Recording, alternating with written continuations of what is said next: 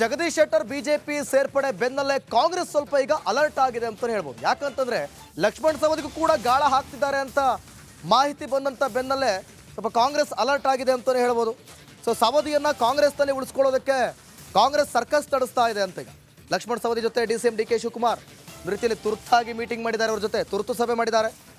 ಲಕ್ಷ್ಮಣ್ ಸವದಿಯನ್ನ ಕರೆಸಿ ಚರ್ಚಿಸಿದ್ದಾರೆ DK Shivakumar. DCM DK Shivakumar ಸವದಿಯನ್ನ ಮನವೊಲಿಸ್ತಿದ್ದಾರಂತೆ. Lakshman ಸವದಿಗೆ ಮಂತ್ರಿ ಸ್ಥಾನ ನೀಡುವ ಬಗ್ಗೆ ಮಾತುಕತೆ ನಡೆಸಿದ್ದಾರಂತೆ. ಕಾಂಗ್ರೆಸ್ನಲ್ಲೇ ಉಳಿಸಿಕೊಳ್ಳುವಂಥ ಬಗ್ಗೆ ಚರ್ಚೆ ಮಾಡಿದ್ದಾರೆ ಅನ್ನುವಂಥ ವರದಿ ಅಂದರೆ ಮಾಹಿತಿ ಸದ್ಯಕ್ಕೆ ಸಿಕ್ಕಿದೆ. ಸೊ ಹೀಗಾಗಿ ಜಗದೀಶ್ ಶೆಟ್ಟರ್ ರಾತ್ರೋರಾತ್ರಿ ಶಾಕ್ ಕೊಟ್ಟರು. ಸವದಿನೂ ಕೂಡ ಅದೇ ರೀತಿ ಮಾಡಬಾರ್ದಲ್ಲ. ಸೊ ಹಾಗಾಗಿ ಏನಾದರೂ ಸವದಿ ಡಿಮ್ಯಾಂಡ್ಗೆ ಒಪ್ಕೊಂಡು BJP ಏನಾದರೂ ಹೈಕಮಾಂಡ್ ಒಪ್ಕೊಂಡ್ರೆ ಅದಕ್ಕಾಗಿ ಈಗ ಸ್ಟೇಜ್ ಬೇರೆ ರೆಡಿಯಾಗಿದೆಯಂತೆ. ಅಮಿತ್ ಶಾ ನೇತೃತ್ವದಲ್ಲಿ BJP ಸೇರೋದಕ್ಕೆ ಈ ರೀತಿಯ ಮಾಹಿತಿ ಕೂಡ ಲಭ್ಯ ಆಗಿರೋದ್ರಿಂದ DK ಶಿವಕುಮಾರ್ ಸ್ವಲ್ಪ ಅಲರ್ಟ್ ಆಗಿದ್ದಾರೆ. ಆದಷ್ಟು ಬೇಗ ತುರ್ತಾಗಿ ಅವ್ರನ್ನ ಮೀಟ್ ಮಾಡಿ ನಿಮಗೆ ಮಂತ್ರಿ ಸ್ಥಾನ ಕೊಡ್ತೀವಿ. ಸೊ ಹಾಗಾಗಿ ಕಾಂಗ್ರೆಸ್ಸನ್ನು ಬಿಟ್ಟು ಹೋಗಬೇಡಿ, ಕಾಂಗ್ರೆಸ್ ನಿಮ್ಗೇನು ಕಮ್ಮಿ ಮಾಡಿಲ್ಲ ಅಂತ. ಯಾಕಂದ್ರೆ ಈಗಾಗಲೇ ಜಗದೀಶ್ ಶೆಟ್ಟರ್ ಕಾಂಗ್ರೆಸ್ ಇರೋದಕ್ಕೆ ಕಾಂಗ್ರೆಸ್ ನಾಯಕರು ನಾವೇನು ಕಮ್ಮಿ ಮಾಡಿದ್ವಿ ಅಂತ ಕಿಡಿಕಾರ್ತಿದ್ದಾರೆ.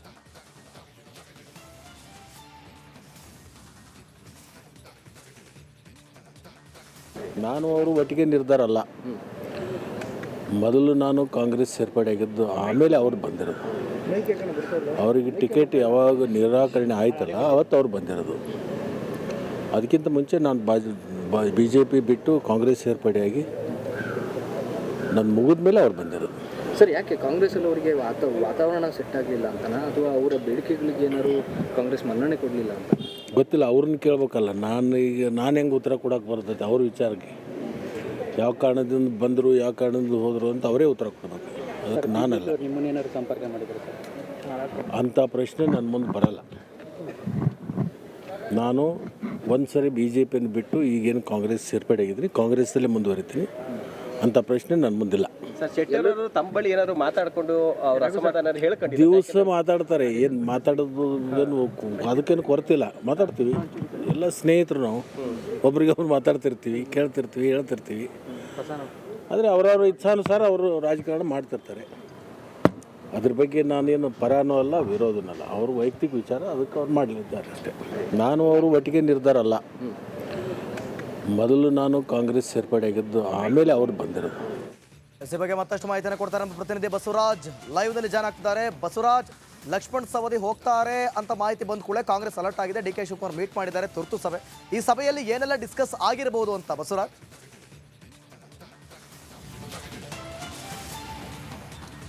ಖಂಡಿತ ದಿವಿತ್, ಜಗದೀಶ್ ಶೆಟ್ಟರ್ ಅವರು BJP ಸೇರ್ಪಡೆ ಏನಾದರೂ ಇವತ್ತು ಅದು ಸಡನ್ ಶಾಕ್ ಕಾಂಗ್ರೆಸ್ ಪಕ್ಷಕ್ಕೆ ಆಗಿರ್ತಕ್ಕಂಥದ್ದು.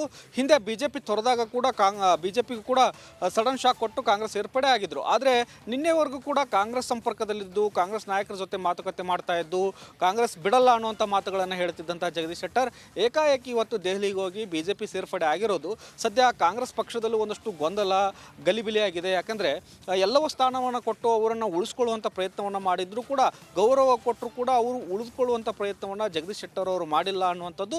ಮತ್ತು ಇನ್ನೊಂದು ಕಡೆ ಜಗದೀಶ್ ಶೆಟ್ಟರ್ ಅವರು ಬರೋಕ್ಕೂ ಮುಂಚಿತವಾಗಿ ಕಾಂಗ್ರೆಸ್ ಸೇರ್ಪಡೆ ಆಗಿದ್ದಂತಹ ಲಕ್ಷ್ಮಣ್ ಸವದಿ ಕೂಡ ಕಾಂಗ್ರೆಸ್ ಬಿಟ್ಟು BJP ಸೇರ್ತಾರೆ ಅನ್ನುವಂಥ ಚರ್ಚೆಗಳು ಆರಂಭವಾಗಿತ್ತು. ಇದಕ್ಕೂ ಸವದಿ ಅವರು ಸ್ಪಷ್ಟನೆ ಕೊಟ್ಟರು ಕೂಡ ಆ ಚರ್ಚೆಗಳು ಕೂಡ ಇನ್ನೂ ನಿಂತಿಲ್ಲ. ಯಾಕಂದರೆ BJP ನಾಯಕರು ಹೇಳ್ತಾ ಇದ್ದಾರೆ, ಸವದಿ ಅವರು ಕೂಡ BJP ನಾಯಕರ ಜೊತೆ ಮಾತನಾಡಿದ್ದಾರೆ, ಹೈಕಮಾಂಡ್ ನಾಯಕರ ಜೊತೆ ಮಾತನಾಡಿದ್ದಾರೆ, ಅವರು ಕೂಡ ಕಾಂಗ್ರೆಸ್ ತೊರೆದು BJPಗೆ ಬರ್ತಾರೆ ಅನ್ನುವಂಥ ಮಾತುಗಳನ್ನು ಹೇಳ್ತಾ ಇದ್ದಾರೆ. ಹೀಗಾಗಿ ಸಹಜವಾಗಿ ಇವರಿಬ್ಬರು ದೊಡ್ಡ ಲೀಡರ್ ಆಗಿದ್ದರು BJP ಪಕ್ಷದಲ್ಲಿ. ಅವರು ಕಾಂಗ್ರೆಸ್ ಸೇರ್ಪಡೆಯಿಂದ ಒಂದು ವಿಧಾನಸಭಾ ಚುನಾವಣಾ ಹೊತ್ತಿಲಿನಲ್ಲಿ ಸಾಕಷ್ಟು ಬಲ ಕಾಂಗ್ರೆಸ್ ಪಕ್ಷಕ್ಕೆ ಬಂದಿತ್ತು. ಈಗ ಸಡನ್ ಆಗಿ ಲೋಕಸಭಾ ಚುನಾವಣಾ ಹೊಸ್ತಿಲಲ್ಲಿ ಜಗದೀಶ್ ಶೆಟ್ಟರ್ ಹೋಗಿದ್ದಾರೆ. ಈಗ ಮತ್ತೆ ಸವದಿ ಅವರು ಕೂಡ ಕಾಂಗ್ರೆಸ್ ತೊರೆದ್ರೆ ಆ ಪಕ್ಷಕ್ಕೆ ಹಿನ್ನಡೆ ಆಗುತ್ತೆ ಅನ್ನುವಂಥ ಒಂದು ಸಹಜವಾದಂಥ ಆತಂಕ ಕಾಂಗ್ರೆಸ್ ಪಕ್ಷಕ್ಕಿದೆ. ಈ ನಿಟ್ಟಿನಲ್ಲಿ DCM DK ಶಿವಕುಮಾರ್ ಮತ್ತು ಅವರು KPCC ಅಧ್ಯಕ್ಷರು ಕೂಡ ಆಗಿದ್ದಾರೆ. ಹಾಗಾಗಿ ಲಕ್ಷ್ಮಣ್ ಸವದಿ ಅವರನ್ನು ಪಕ್ಷದಲ್ಲೇ ಉಳಿಸ್ಕೊಳ್ಬೇಕಾದಂಥ ಅನಿವಾರ್ಯತೆ ಈಗ ಎದುರಾಗ್ತಾ ಇದೆ. ಅವರು ಈಗಾಗಲೇ ಕಾಂಗ್ರೆಸ್ನಿಂದ ಅತಿನಿ ಕ್ಷೇತ್ರದ ಶಾಸಕರಾಗಿದ್ದಾರೆ. ಅವರು ಹೋದರೆ ಮತ್ತೆ ಅಲ್ಲಿ ಉಪಚುನಾವಣೆ ಬರುವಂಥ ಸಾಧ್ಯತೆಗಳಿದ್ದಾವೆ. ಹಾಗಾಗಿ ಅಂತಹ ನಿರ್ಧಾರಗಳನ್ನು ಮಾಡಬೇಡಿ. ಯಾಕಂದರೆ ಜನ ನಿಮ್ಮನ್ನು ಕಾಂಗ್ರೆಸ್ಸಿಗೆ ಬಂದಾಗ ಜನ ನಿಮ್ಮನ್ನು ಸ್ವೀಕಾರ ಮಾಡಿ ಪಕ್ಷದಿಂದ ಆರಿಸಿ ಕೊಡುವಂಥ ಕೆಲಸ ಮಾಡಿದ್ದಾರೆ. ಹಾಗಾಗಿ ಕಾಂಗ್ರೆಸ್ನಲ್ಲೇ ಉಳಿದುಕೊಳ್ಳಿ, ನಿಮಗೆ ಸೂಕ್ತವಾದಂಥ ಸ್ಥಾನಮಾನವನ್ನು ಮುಂದಿನ ದಿನಗಳಲ್ಲಿ ಕೊಡ್ತೇವೆ, ಗೌರವಯುತವಾಗಿ ನಡೆಸ್ಕೊಳ್ತೇವೆ, ನಿಮ್ಮ ಕುಂದುಕೊರತೆ ಅಥವಾ ಬೇಡಿಕೆಗಳೇನಿದ್ದಾವೆ ಅವನ್ನೆಲ್ಲ ಈಡೇರಿಸಿ ಕೆಲಸ ಮಾಡ್ತೇವೆ ಅನ್ನೋಂಥ ಒಂದಷ್ಟು ಭರವಸೆಯನ್ನು DCM DK ಶಿವಕುಮಾರ್ ಕೊಟ್ಟಿರೋ ಹಿನ್ನೆಲೆಯಲ್ಲಿ ಸದ್ಯಕ್ಕೆ ಸವದಿ ಅವರ ನಡೆ ಸಹ ಬಹಳ ಕುತೂಹಲ ಆಗ್ತಾ ಇದೆ. ಯಾಕಂದರೆ ಅವರು ಇವತ್ತು ಸ್ವಕ್ಷೇತ್ರ ಅಥಣಿಗೆ ತೆರಳಿದ್ದಾರೆ. ಅಲ್ಲಿಂದ ಏನು ಮುಂದೆ ನಿರ್ಧಾರಗಳನ್ನು ತೆಗೆದುಕೊಳ್ತಾರೆ? ದೆಹಲಿಗೆ ಹೋಗ್ತಾರಾ ಅಥವಾ ಕಾಂಗ್ರೆಸ್ ಪಕ್ಷದಲ್ಲೇ ಉಳಿದುಕೊಳ್ತಾರಾ? ಮುಂದೆ ಸಚಿವ ಸ್ಥಾನಕ್ಕಾಗಿ ಪಟ್ಟು ಹಿಡ್ಕೊಂಡು ಸಚಿವರು ಆಗ್ತಾರೆ ಅನ್ನುವಂಥ ಕುತೂಹಲಗಳು ಕೆರಳಿಸ್ತಾ ಇದ್ದಾವೆ. ಆದರೆ BJP ನಾಯಕರು ಮಾತ್ರ ಅವರು BJPಗೆ ಬರ್ತಾರೆ ಅನ್ನುವಂಥ ಮಾತುಗಳನ್ನ ಹೇಳ್ತಾ ಇದ್ದಾವೆ. ಹಾಗಾಗಿ ಲಕ್ಷ್ಮಣ್ ಸವದಿ ಅವರ ನಡೆ ಬಹಳ ಕುತೂಹಲ ಇದೆ. ಆದರೆ ಕಾಂಗ್ರೆಸ್ ಪಕ್ಷದಲ್ಲಿ ಅವ್ರನ್ನ ಉಳಿಸ್ಕೊಳ್ಳುವಂಥ ಎಲ್ಲ ಕೆಲಸಗಳು ಆಗ್ತಾ ಇದ್ದಾವೆ. ಆದರೆ ಲಕ್ಷ್ಮಣ್ ಸವದಿ ಅವರು ಯಾವ ಹೆಜ್ಜೆ ಇಡ್ತಾರೆ ಅನ್ನುವಂಥದ್ದು ಬಹಳ ಕುತೂಹಲ ಕೆರಳಿಸ್ತಾ ಇದೆ. ದಿವಿತ್, ಥ್ಯಾಂಕ್ ಯು ಬಸವರಾಜ್, ನಿಮ್ಮೆಲ್ಲ ಮಾಹಿತಿ